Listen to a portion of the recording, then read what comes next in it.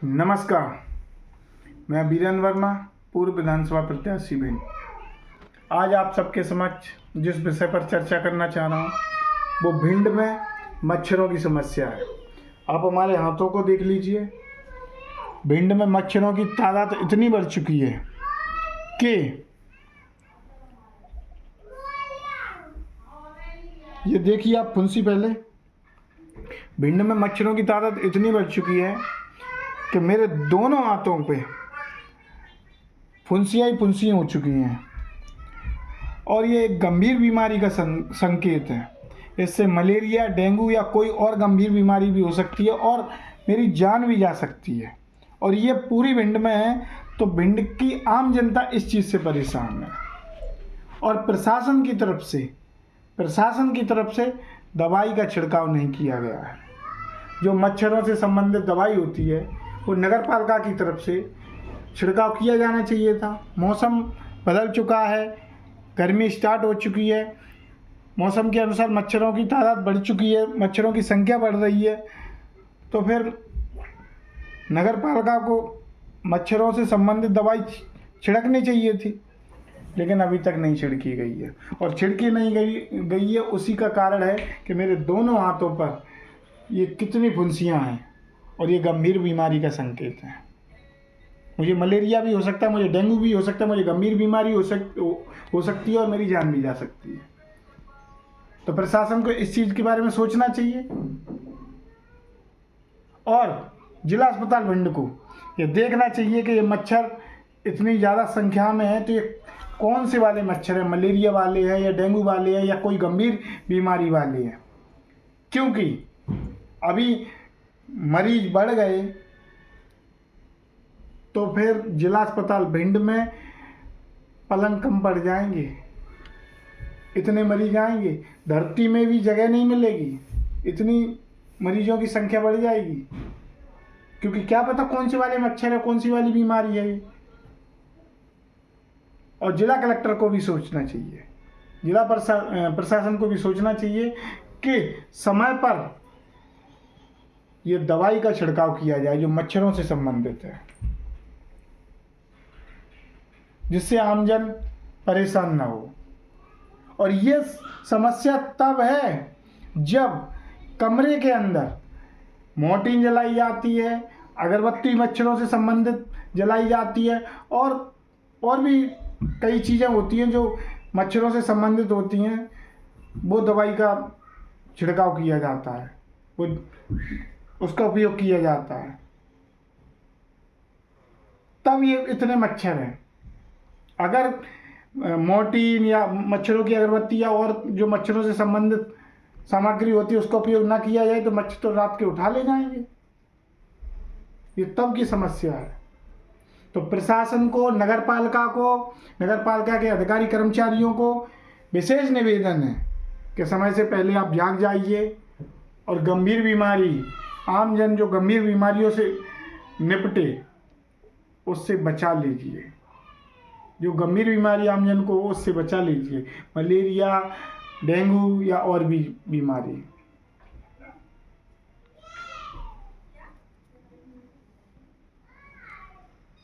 और मैं बोलना चाहता हूँ भिंड के विपक्ष से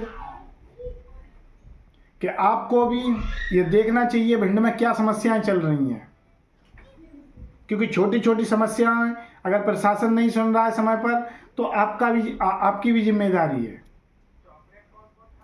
कहाँ सफाई नहीं हो रही है, कहाँ मच्छरों से संबंधित दवाई का छिड़काव नहीं हो रहा है, कहाँ पानी नहीं आ रहा है, ये आपकी जिम्मेदारी है। आपको भी प्रशासनिक अधिकारियों को या प्रशासनिक विभागों को अवगत कराना चाहिए समय पर। लेकिन मैंने तो देखा है कि भिंड के कुछ नेता तेरह खाने में व्यस्त हैं, भंडारे खाने में व्यस्त हैं, फेरे करने में व्यस्त हैं और शादियां अटेंड करने में व्यस्त हैं। उनका केवल यही कार्य है कि बस यही विपक्ष का उनका धर्म है। क्या इससे आम जनता को जो आम जनता की समस्या है उनका निराकरण हो जाएगा? इतनी समस्या है कि क्या बता सकते हैं आम जनता से संबंधित। लेकिन विपक्ष तेरे ही भंडारे फेरे और शादियों में व्यस्त है, और फोटो इस तरीके से डालते हैं कि केवल यही कार है और इसके अलावा कोई कार नहीं है।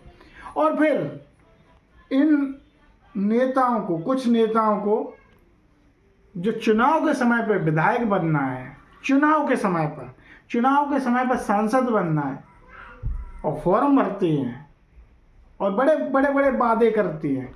भाई आप बड़े बड़े वादे करते हो तो जनता से संबंधित ये आवाज़ भी उठाइए। छोटी छोटी समस्याएं भी हैं, जरूरी नहीं कि बहुत बड़ी समस्या को आप प्रशासनिक अधिकारियों को अवगत कराएं। अगर प्रशासनिक अधिकारी समय पर नहीं जग रहे हैं, समय पर नहीं सुन रहे हैं, तो आपका भी काम है, विपक्ष का भी काम है। ऐसा बिल्कुल नहीं है कि एक ही आवेदन एक बार दे दिया, चाहे उसका निराकरण हुआ या नहीं हुआ, 10, 20, 50, 100 लोग इकट्ठे होकर एक आवेदन दे दिया, बस होगी आपकी जिम्मेदारी पूरी। नहीं, वो आवेदन आपने दिया है उसको फॉलोअप में लीजिए, और जब तक उस समस्या का निराकरण नहीं होता है तब तक आप उस समस्या के लिए लगे रहिए कि उस समस्या का निराकरण हो जाए, उसका फॉलोअप लीजिए।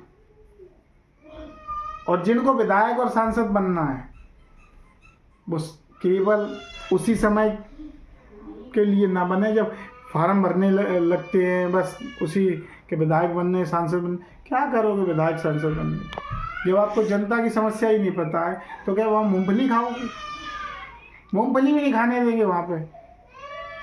विधानसभा अध्यक्ष कहेंगे क्यों विधायक जी मूंगफली खा रहे हो? जब मूंगफली खाने के लिए आए हो तुम यहाँ? कहा सांसद जी जिस जनता ने मूंगफली खाने के लिए चुने हैं, बड़े बड़े वादे करे थे तुमने चुनाव में, आ जाएगा मूंगफली में सक रहे हो यहाँ। शर्म आएगी आपको, फिर बाहर निकलोगे वहाँ में से, विधानसभा या लोकसभा में से।